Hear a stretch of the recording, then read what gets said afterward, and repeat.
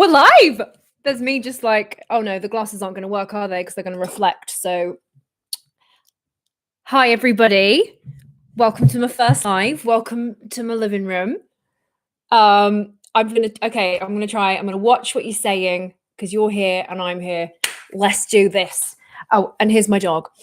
Bear with me. Do you want to come and say hi? Ooh. This is Obi-Wan Kenobi. This is my dog. He's been in a couple of my vids. He likes ancient history too. You're right, mate. Okay, so good evening, everybody. Welcome to my first live. I just wanted to jump on here and see how this works and maybe get to talk to you face to face and answer some questions. This is my dog, Obi-Wan Kenobi. So yeah, if you guys have got any questions about my trip to Egypt or any of my videos, I know I've been looking through the comments and I know that some of you had some questions, so I'll answer what I can. People wanted to know what the book was, where I was talking about, in my last video, it's called, I'll be backwards for you. It was called The Land of Osiris and it's by Stephen S. Mailer. I got it on Amazon for like £10. And it's real good and it has lots of visuals and you can see where my research is because I go through and I doodle and highlight over everything. Great. Another book that I absolutely love, Origin of the Sphinx, Robert Bauval. I mean, a lot of you guys will know this already, but again, like super awesome book. Right, let me have a look at a question. Can you get Yusef to make a video about the anti-gravity disc? Yes, I've had so many questions about the anti-gravity the Schist Disc. He told me the story in the Cairo Museum while we were looking at it. And yeah, I've asked him, could he elaborate? Because it's a secondhand story, but he said that he was there when he was little and he remembers, for all of you that don't know, the Schist Disc that's in the Cairo Museum.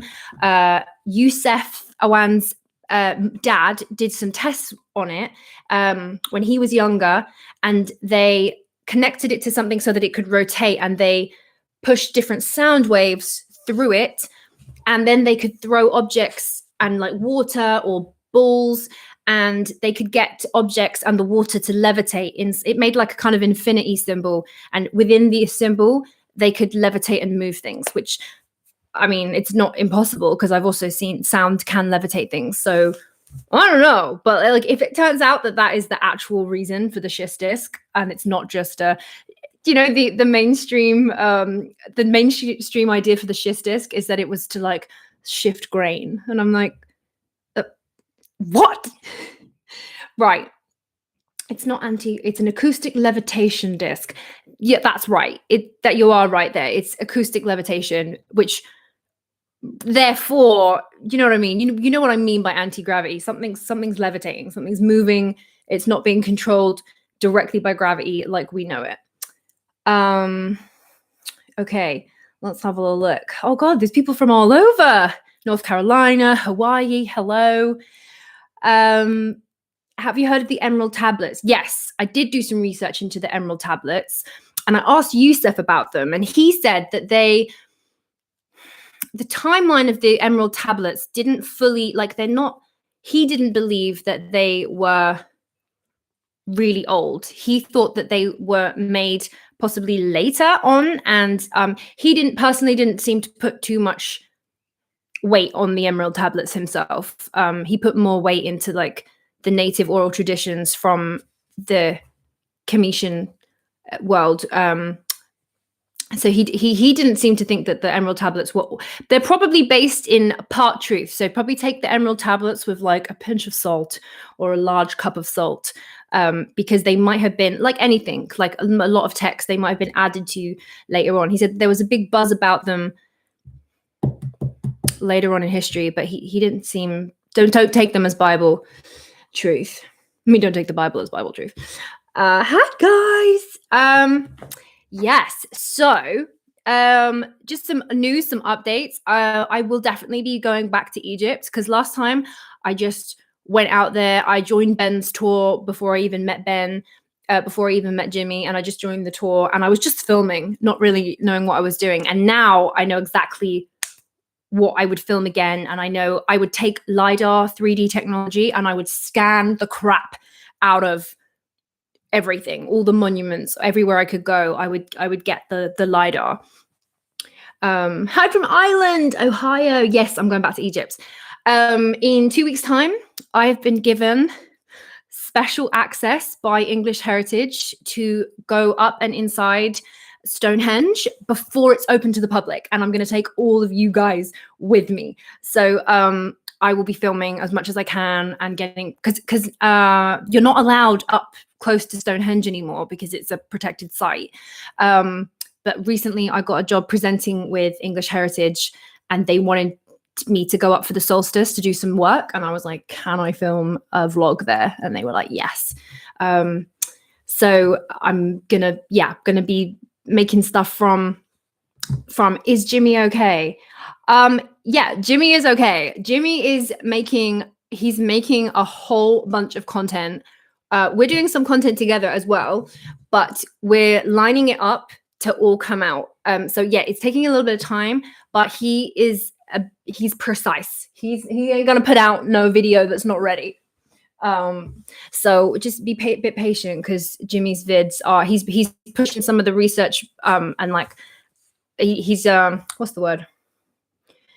He's showing me some of his research, and I'm giving him notes, and it's good. So just wait a little bit longer. Jimmy's coming back, probably like a big time. Let's have a look. Make sure you check out the nubs and scoop marks at Stonehenge. 100%. I'm going to be looking at Stonehenge with completely new eyes, because the stonework in Egypt, one of the weirdest things that I saw of the stonework in Egypt, and some of the pyramids around the, where was it? Definitely in the temple, the Osiris temple. There's like scoop marks in stone, which just blow my mind. It's like the stone had like a bubble effect, and it's like somebody had just got some sort of knife and just cut this stone like it was a piece of ice cream. It was mental. So I'm going to be looking at Stonehenge for any kind of markings and seeing if they correlate with anything in Egypt, because, you know. How old do you guys think? Do you agree with the timeline for Stonehenge, or do you think it's way older? Because I don't know. I'm kind of thinking that everything in the world is a lot older than we think it is. So let's have a look. Will you have a look at the structures and the mounds? Yes, and the Woodhenge near. I'm going to try and see what I can with Stonehenge. I'm also working that day for English Heritage, so I've got to do what I can around the time that they give me it there. The location of Atlantis. Oh, I missed it. Would you throw your weight behind? What did you just say? Gory says, would you throw your weight behind the Rikat structure or the Azores Islands? Both. The more I'm looking into it, and the more that I'm talking with Jimmy, and the more that we're doing research, I think that Jimmy's onto something with West Africa. And I think that also Randall Carlson has it bang on with the Azores. If you look at a lot of Randall Carlson's videos, and he does amazing like PowerPoint presentations, there's something going on in the middle of the Atlantic, 100%. And when I looked into it, and I found on the Brothers of the Serpent podcast, they had like an Atlantis expert come on, and he said that the literal translation for the word island in the original text, in the Greek text, it can mean island, or it can mean like peninsula, or it can mean like a sort of group of land. And if you look at the Atlantis story, there was 10 kingdoms and 10 kings, and Atlantis was just one kingdom, like the capital city of, I think, many. So I personally think that the Atlantean Empire was probably the Azores. I think it was also Lower Spain and that kind of Strait of Gibraltar area. I think it was Morocco, because there's evidence in Morocco for structures. And I think it probably went down West Africa. And I think it's that whole slice of pie in the world that was all the Atlantean Empire. do you think we will change something that will find the official view? 100%. We're just waiting on it, because even up to a few years ago, we had the official view of Homo sapiens being 200,000 years old. And then they had one find. They found one skeleton, or part of a skeleton, and they just had to backtrack human history by 100,000 years. And we are now officially over 300,000 years old as a species. So if in one find we can suddenly have 100,000 years of timeline, I think we can have one find where we're going to be able to lock something into place. I'm just waiting for it. I hope I could be part of it, but probably not. Yeah, so it's coming. And I think, because I get frustrated because I feel like people are having the same conversations again and again, and you're reading information and you're reading books and you're like, but what's the point? We're never going to know. But I think we are. I think they've just discovered, don't quote me on this because I need to check my research, but I think that Göbekli Tepe has actually now been dated to potentially a lot older.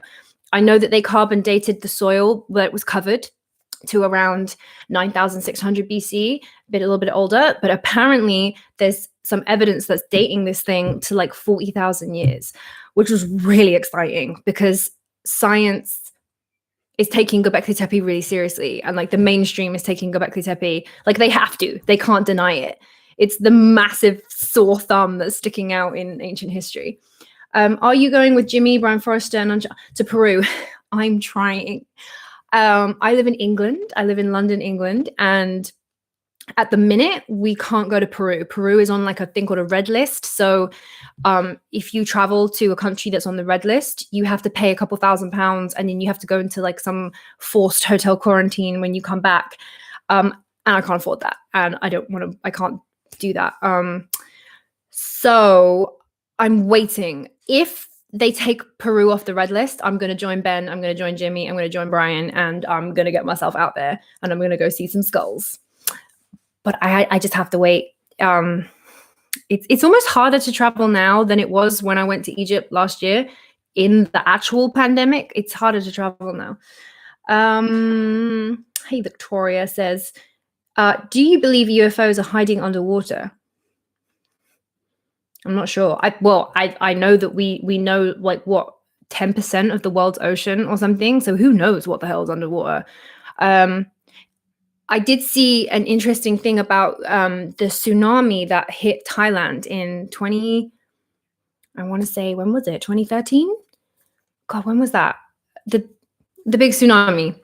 What happened there was when the tsunami pulled all of the sea out in order to like, as they pulled it out, they discovered like an ancient city. And for about 20 minutes, you could see this ancient city when the sea had been totally. So I think that there is so much under the sea that we just don't know about. And I think that we should spend more time looking down than we do looking up, personally. Eyebrows are on. Thank you very much. Okay. Does anyone have any specific questions about Egypt? Just anything that I didn't cover or you wanted to go over from my videos? I think, okay, here's an interesting story that I didn't put in any of my videos because I didn't really know where it was going to fit. I think I've spoken about it on a podcast, but I haven't spoken about it on my channel. 2004 was the tsunami. Oh my gosh, I'm old. Wow. Okay. So Egypt. Fun fact. We went up to Giza on the very last 2 days.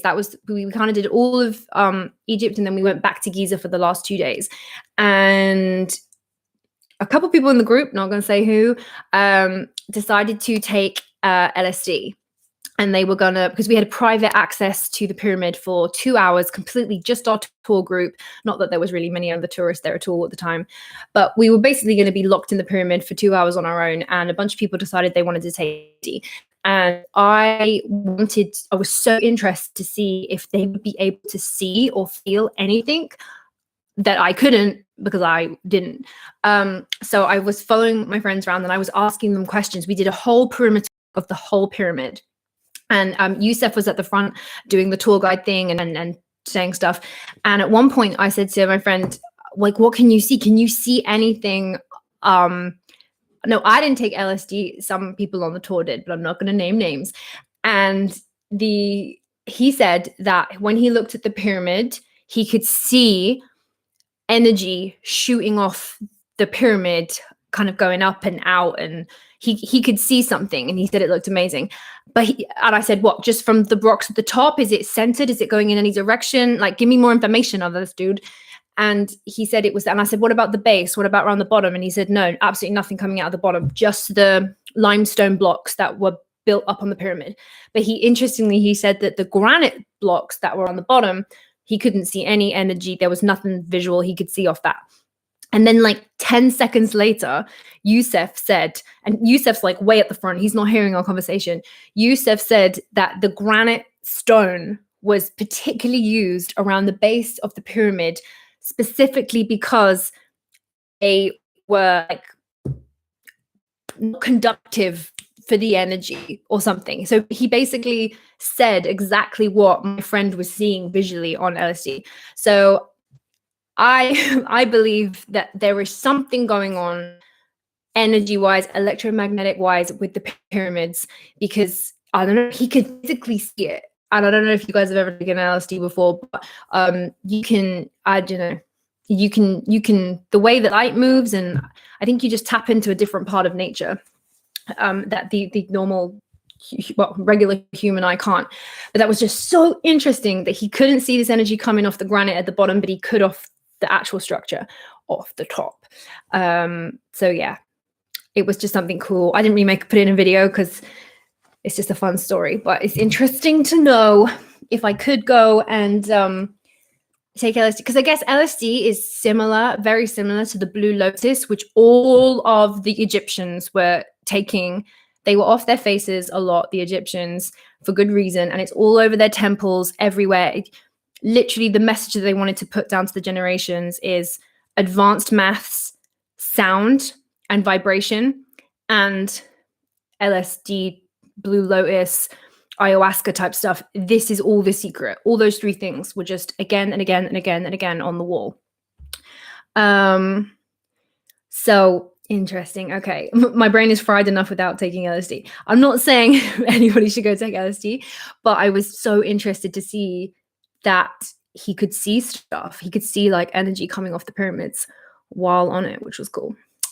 Apparently you can get Blue Lotus on eBay. Who knew?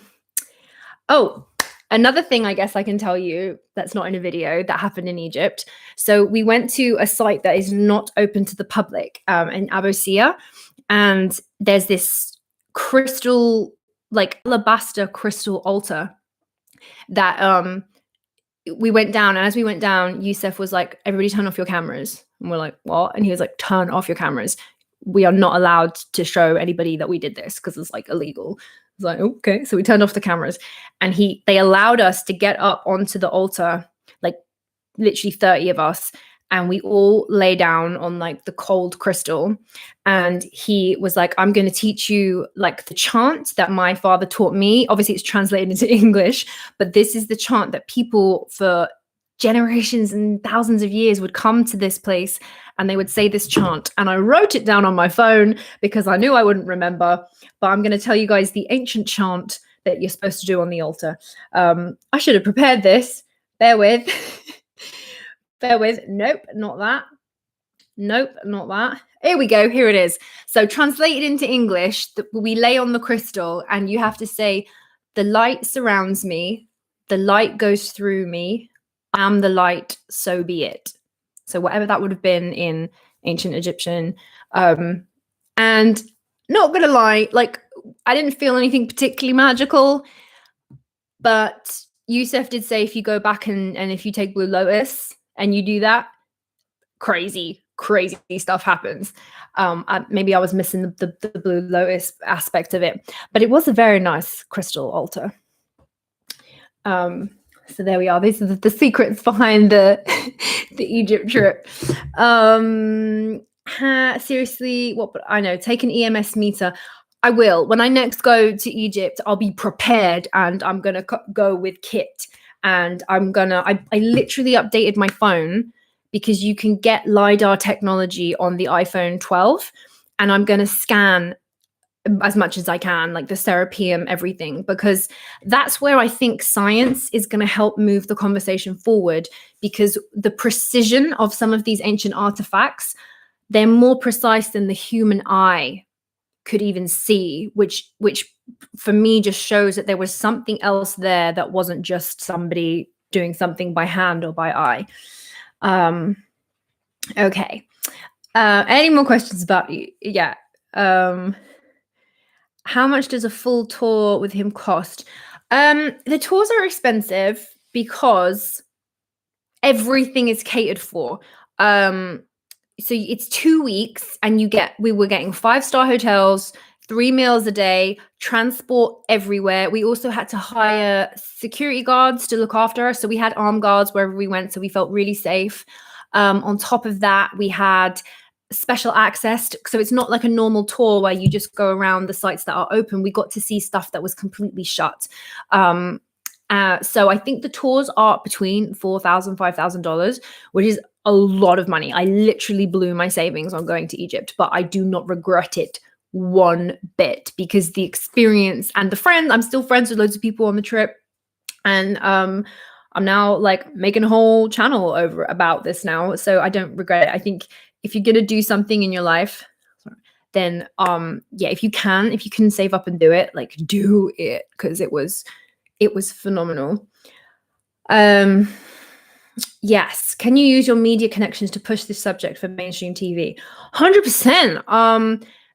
The reason why I even went out to Egypt, one, because I really wanted to go, but two, in the first lockdown, so what I do day to day, I make comedy content most of the time on like Instagram and Facebook, and but I also write. So I write TV series and movies, a screenwriter, and I had this idea in lockdown about this movie all about the kind of fall of the Atlantean Empire, and like a realistic movie about ancient history, about the real potential true timeline for human history. Not a fantasy film, not a sci-fi film, not Atlantis with flying cars and all of that. That's a cool movie. I want to watch that. So I started to write it, and I got about 20 pages in, and then I was like, I can't finish this movie until I go to Egypt and I see the Sphinx for myself and I see all the places. So I went and I researched. I went to research a movie, and I came back with 9 vlogs on a YouTube channel. But that, I think, is the way to get into the mainstream. I think it's going to be through film, because think about it, a film on Netflix or on the cinema, it's going to reach millions and millions of people. So if we could make a Atlantis type educational movie that like entertains people but also educates people, I think that's what I'm here for. So I'm going to be writing that. The subterranean pit of the Great Pyramid. Oh, okay. Yeah, the subterranean pit's weird. Every part of the Great Pyramid of Giza, it's like beautifully cut, and it's like a precise machine. Except the subterranean, you crawl down like deeper than you ever really want to go underground, and you're crawling on your hands and knees, and then there's a long stretch where there's no light, so you have to kind of crawl in the dark, and then you enter this like cave room with a huge kind of well hole and a tunnel to the side, and it looks super unfinished. It either looks super unfinished or it looks prehistorically old to the pyramid itself. So I think that the underground, the subterranean chamber, I think that was there probably just way before the pyramid was, because it just doesn't seem to match. It just seems super, super old. I really think that that there was a civilization around Egypt that were. Hi, Jimmy's here. Jimmy, welcome to the live. Throw some questions at me. Join in. Back me up. Yeah, I think that that there was a civilization who just sort of dug deep into the plateau around Giza, and I think that the Osiris shaft and the subterranean, it's all part of the people that were just like living underground, and then they built up on top of it. That's personally my view. That's I get a feel for.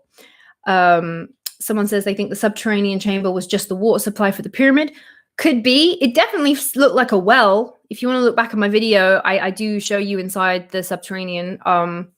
It did feel like a well, not gonna lie. Jimmy will be in the next Netflix movie.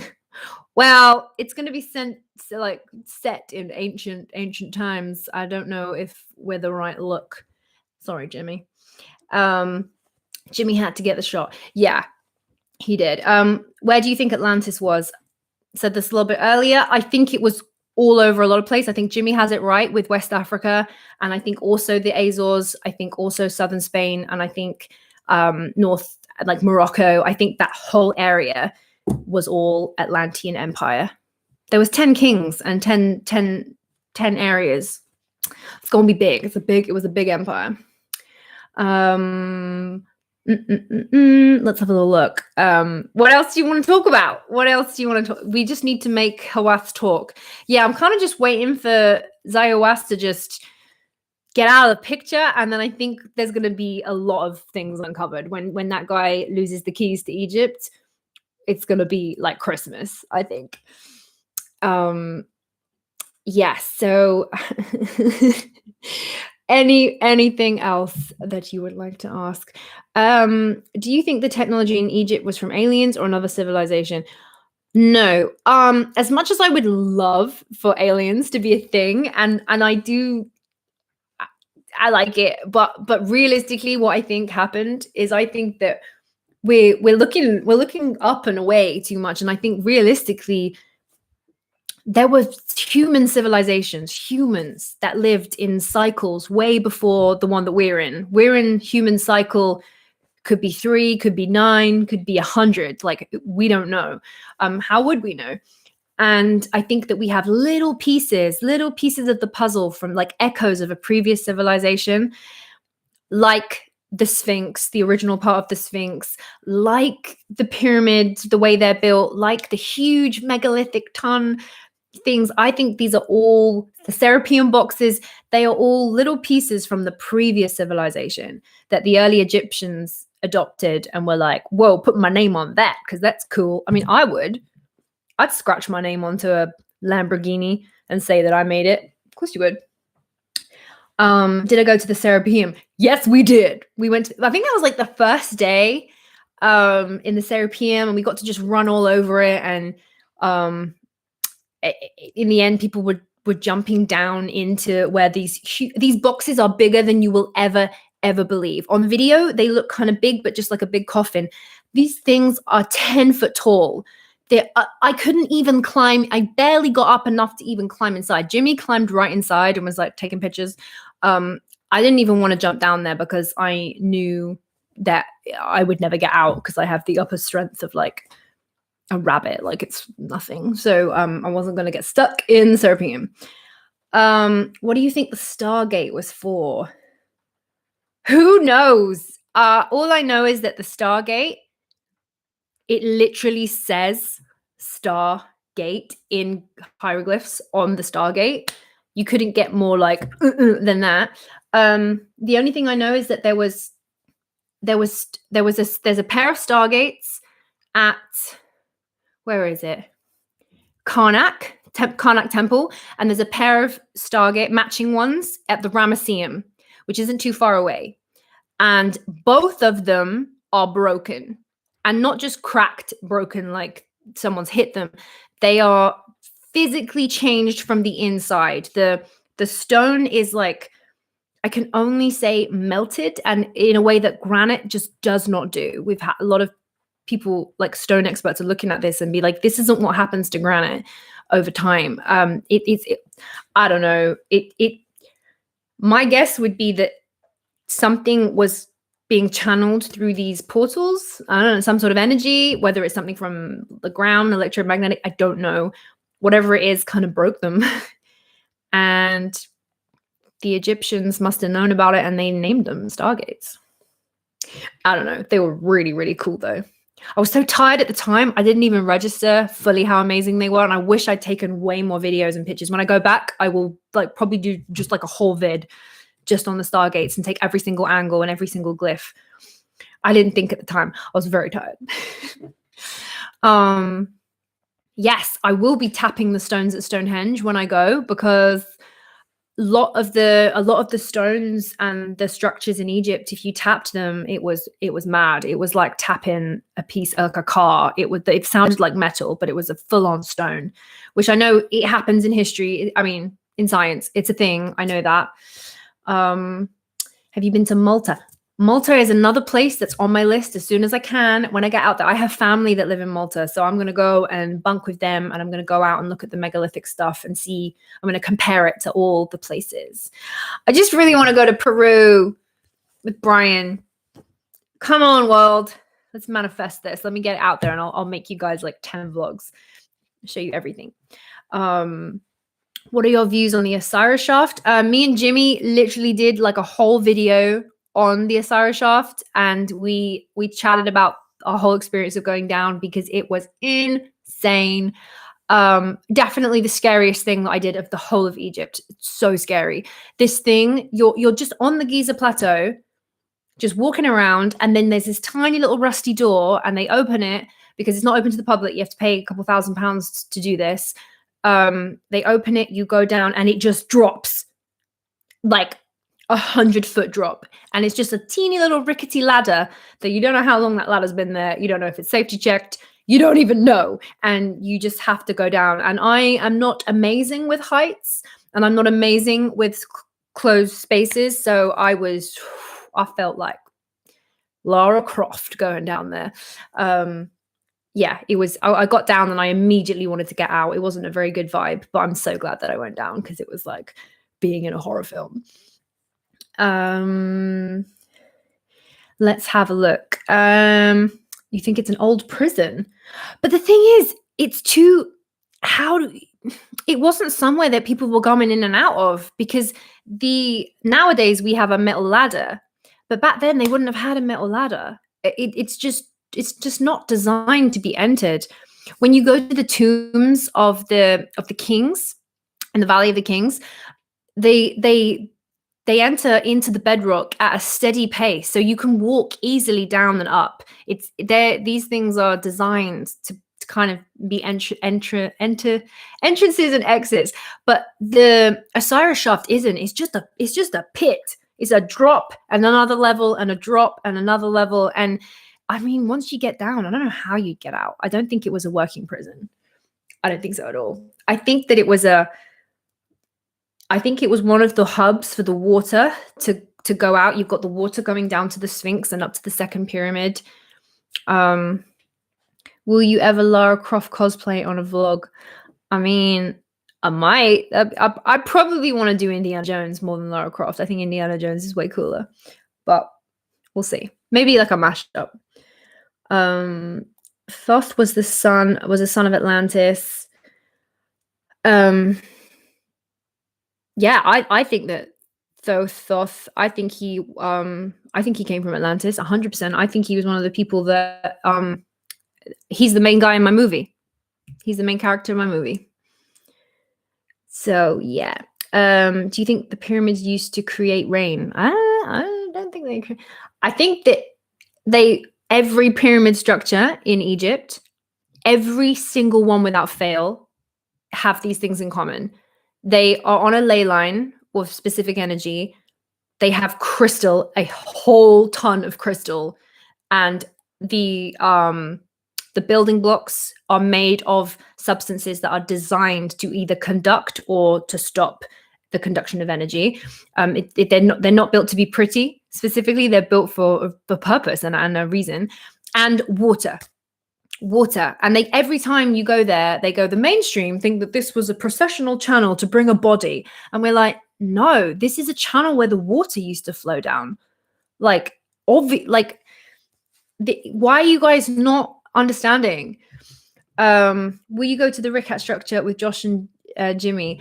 I would love to go out to the Rikat structure, the Rishat structure. You can't go there. I mean, not even just because of COVID, like you literally can't go to that country. The country, there's no food. Josh told us many stories about going to the Rikat structure and how he nearly died multiple times. And we would need probably, to do it safely and have food and have travel and transport in and out and everything, we would need probably upwards of 500 grand to do that expedition properly, like a group of us properly. It is so expensive. Like air travel, air flight, you can't even get there. You can't even drive there. It is in the middle of nowhere. We'd have to like drone in and drone out, maybe. I don't know. But I would like to go. But I can't even get to Peru, let alone the Rikat structure. Do you feel like the pyramids were working structures? 100%. I kept saying that. Like we were just walking around and I was saying to Ben and I was saying to Jimmy, I was like, dude, this is like, I feel like I'm inside a machine. And you went inside the tombs of all the pharaohs and you're like, this is a tomb. This feels like a tomb. That's not a knife. This is a knife. This is a tomb. And when you went inside the pyramids, you were like a whole different, I was like, this is a machine. I'm walking around an old factory. Like it felt mechanical. That was the vibe of it. And it didn't feel like, I thought the pyramids were going to feel all like woo-woo and like uplifting and energizing. And the bent pyramid did. That felt lighter. But like the main pyramids of Giza, they didn't feel particularly healing or anything. They just felt like a machine, like a big old clock. So I have read the Book of Enoch. Very interested in that. I'm interested in loads of ancient texts. I think that there's so much to be found in ancient texts, and I think we should take them way more seriously than we ever give them credit for. I don't think people just completely invent myths. I think they come from something. There would have been an event or a real human or a real something would have come from that to make the story. And the fact that multiple civilizations around the world all have really similar origin stories, if not kind of the same, I was like, why are we not paying attention to this? What's wrong? What's wrong with people? The Gnostic texts, I agree with you. What book would you recommend? Oh God, I did a couple of shout outs at the beginning, but if you've just joined, we've been here for a while. Origins of the Sphinx is brilliant. Robert Schoch, Robert Bauval. It's just really good, and there's loads of. I like a book with a picture, and they just explain everything really, really well, and it's just a nice read. And this one is freaking brilliant. This one, if you want to know about Yusef's dad and all of like the ancient tradition, like the oral stories. So basically, this guy Stephen Mailer, he also does a really good. If you Google him on he also does a lot of PowerPoint talks, basically like the book. But if you want to just sit and read it in your own time, again, like loads of pictures and stuff. And he basically relays everything from Yusef's dad in a book, and it was on Amazon.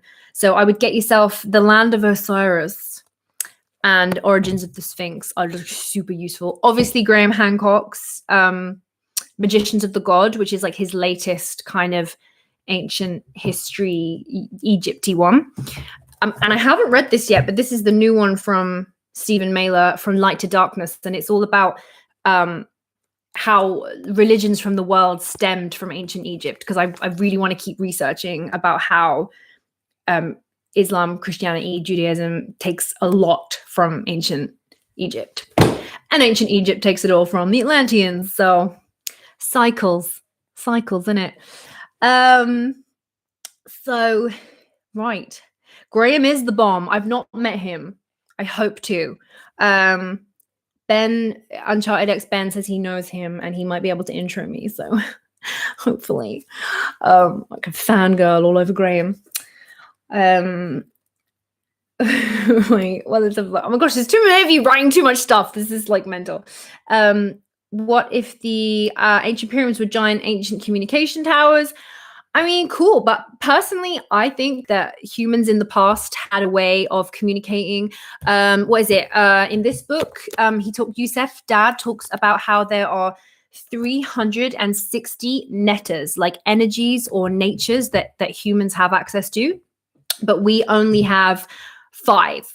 Like modern day humans only really have access to 5. And then you get the occasional human who's pretty cool and they can do some almost telepathic stuff. And I think, have you ever had it where you're talking to or you're thinking about a friend and then they call you or text you and you're like, that's weird, and we just like palm it off as like, but no, think about it, that's, of all the people in the world and in all the moments and the minutes, you were thinking of that person. Or if you have a dream about someone and they're not okay and you call them and something's happened, that happens all the time to hundreds and hundreds of people, and we just palm it off as like a weird coincidence. I don't think it is. I think it's an echo of a time when we were able to do that. And I think that, look, nowadays, literally like this, you're looking at me, I'm talking to you, we're communicating through like a visual thing. I 100% think that back in the day, there was the ability, the human ability to contact other people. I think that's 100% a thing. And I think that we have definitely lost our access to it. And yeah, there's way other senses. There's 360 of them that we just don't have access to. So a lot of people are talking about Dorothy Louise Eady. She claimed to be a reincarnation. I am skeptical of people who claim to be reincarnations of older people. I don't know where I sit with that, because I do believe everybody has a soul. And yes, sorry, just to jump back, there is a banned TED Talk about this. There was a TED Talk all about the technology of using like your searching site and being able to connect with other people using your brain. And they banned the TED Talk. I think you can put it on YouTube, put banned TED Talk. And I watched it, and this guy he worked with the US police force and the US military doing tests on this very, very thing. I think it's 100% a real thing. I don't think it's that woo-woo at all. Yeah. Okay. Well, I've lost my train of thought. I'm just getting too excited. What was I talking about after that? I can't remember. Let's have a little. Oh yeah, reincarnation. I don't know where I sit with that, because I personally think everybody has a very individual soul, and I don't know. I don't know where I sit with that. So when people say that they're like reincarnated from somewhere in Atlantis, I have had some people email me with their stories and saying that this is what they believe. They believe that they did used to live in Atlantis. And one guy drew me loads of pictures and it was very interesting. He said they had a writing that looked like Chinese but wasn't Chinese. He said that the human beings are 2 million years old, not 300,000. Like, we're just scraping the surface of how old humans are. And the Atlantean Empire was huge and it fell many times. We only remember the last time it fell. Again, could all be true. I don't know. He just emailed me that. So I don't know. Did you visit Elephantine Island? Yes, I did. It is a graveyard of ancient technology and it is incredibly scary. But it's just a whole bunch of very precise, insanely made ancient artifacts just lying around in like a graveyard. Very crazy. I didn't get a lot of footage on Elephantine Island. I was so tired. It was towards the end of the tour and we had to like travel on a boat and then climb up this hill. And I went the wrong way. Me and a couple of others, we weren't listening and we climbed the wrong hill and I had to come all the way back down and go up another hill. So I was out. I was done. Also, I'm a vegetarian and I went to Egypt and the only thing for me to eat was vegetables and rice every meal, every day. And after a few weeks, I was just done. I was done with vegetables and rice. Do you think that the ancients were beyond us in technology? Yes and no. I think that if you look at technology as like a tree branch, and creativity and information and technology is like down here, and I think on this cycle of humanity, we've gone down a way of mechanical technology. And we think we're really cool and we're really clever because we are basically giving jobs we are redirecting them to mechanical objects and thinking we're cool. So telling time used to be a skill that humans would have based on the sky and the stars and everything. And now we just tell that to a watch or a phone. And we think that we're really clever because we've basically delegated it to a machine. We used to be able to navigate ourselves around the world, and now we have to rely on GPS. I can't drive anywhere anymore without my GPS. You just can't, I don't know. I think that we've just branched in a different way. So I think in some ways, if we showed an ancient Atlantean an iPhone, they'd be blown away. But I think there would be elements of their technology that we wouldn't understand or be able to access, and we would also be blown away. So I think it's the same but different. I don't think anyone's particularly higher than the other one. Not really. It's just what I think. That's just my 2 cents. What do you think? What do you like? Do you think that they were better back then? It's interesting that modern day technology now, even with all our big cranes and stuff, they physically can't move the building blocks that were like there were like the pyramids, for example. There isn't a crane in the world that could build that today or lift that. There just isn't. There isn't saws that can make boxes out of the granite from the Serapeum. It doesn't exist with our technology. They literally went to the leading people who deal with granite in the world, and they said, could you replicate this Serapeum box? The boxes in the Serapeum at Saqqara that are buried underground. One, how the hell did they get them down there? Two, could you make it in the one, because they're all made of one piece. They're not joined anywhere. It's just one piece, one box. And the leading technology in the world with granite said no. They would have to make it out of 5 pieces minimum, and they'd have to bolt it together. There's no way they could cut it that precisely out of one piece. So in that sense, the ancient people 100% top our technology in those areas. Crazy. That just blows my mind. Very exciting stuff. Oh God, I'm such a geek. Right. It had to be easy for them, or why would they bother? I don't know if it would be easy. It had to be important for them, or why would they bother? That's probably more what it is. It had to be important. And important doesn't just mean religious. It could mean functional. You know, if it was their way of harnessing the energy that they needed to live or use or whatever, then it'd be very important to make. Have they opened all of the known granite boxes? No, they haven't. Okay. I think I mentioned this in my first ever vlog, but I'm going to repeat it now because it's very cool new information. But so in the Serapeum in Saqqara, there are 20 boxes, about 20 boxes that are buried underground under the desert in huge megaton, like these things weigh like 20 tons, maybe more. And we were told by the manager of this Serapeum thing, as we were coming out, he said, you know, they found another tunnel going off in a different way. They have to clear it because it's full of debris and rubbish and everything. But they have found another, what they suspect is another chamber of 20 boxes, all unopened, because nobody has touched that stuff. So they can't get the funding, which is just insane. Like, Elon Musk, what are you doing? Can you please clear out these tunnels and open these Serapeum boxes? For heaven's sake, what are you doing? And yeah, so that's exciting. So when people say like, oh, why are you interested in history? I'm like, because there's literally 20 Serapeum boxes just sitting under the desert in Egypt, and one day they're going to get opened, and I really hope that I'm there. So yeah, that's what I'm really excited about it. Yes. Guys, this has been fun. If you'd like this to be like a weekly thing, I'm definitely up for doing a few more lives. I just recorded my next video today. So I'm going to edit that in the week, and I'll get it out as soon as possible.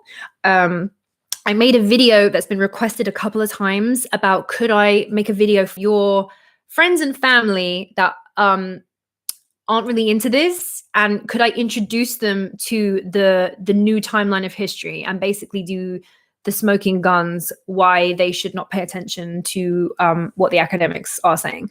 So I've recorded that, and I'm going to edit it, and hopefully it'll be something that that you guys can send to family and friends, because we got a lot of skeptics to convert before anything else happens. Why do you look like an old Millie Bobby Brown? Because I do. When I was a kid, I looked exactly like Millie Bobby Brown. I look like 11 from Stranger Things. And I think that I should play her older sister. Just waiting for that to happen. Do you think we should make something that will last at least 10,000 years? Yeah, but if you think about it, what would last? Like, we have nothing that would last in our society. All of our memories are on are literally on an iCloud. We don't even keep physical photos or things now. Like, we build nothing to last. We almost have no legacy. It is weird. Oh, hey, I'm seeing some pals, guys. There's a channel called Lucid Trips. Also making amazing vlogs. I see you there. Hey, and yeah, check out his vlogs as well. Lucid Trips. Here we go. I think I'm gonna go and have some dinner now because this has been fun. But yeah, I might make more of a structure to the next one. I just wanted to try this out. I've never done a YouTube live before, so thank you for taking my YouTube live V-plates. Yeah, cool. I will see you guys in the next one, and I'll let you know when my next video is out. Love you all. Happy hunting.